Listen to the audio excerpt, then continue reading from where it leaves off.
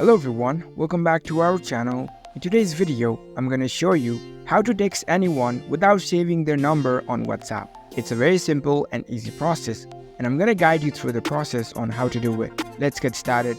So basically, you cannot text anyone without saving the number on WhatsApp, but this is how you can do it. Head over to your preferred web browser first. Once you're on your browser, tap on the search bar and type in wa.me, give a slash, and enter the WhatsApp number of the person who you want to text to. Make sure that this number has the WhatsApp account so that you can text them. Once you enter the number, you can just tap on the search button. After that, you will see this kind of interface. Here you can see continue to chat button. It will allow you to start a conversation with this number without having to save the number in your contact.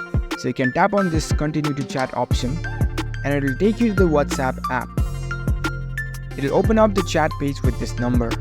Now you can chat with this number without actually having to save this number in your contacts. So that's it. That's how you can WhatsApp without saving number in your phone. If you found this video helpful, don't forget to give this video a thumbs up and subscribe to our channel for more tech tips. Thank you for watching.